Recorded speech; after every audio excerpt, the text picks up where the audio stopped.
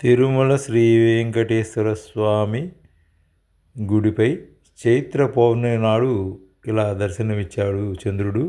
చూడండి ఎంత అందంగా ఉన్నదో. ఈ వీడియో పూర్తిగా చూడండి.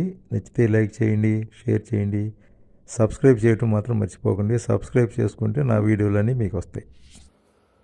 మేఘశ్యామం పీతకౌశేయవాసం శ్రీవత్సాంకం కౌస్తుభోద్భాసితాంగం పుణ్యోపేతం పుండరీకాయతాక్షం విష్ణుం వందే సర్వలోకైకనాథం.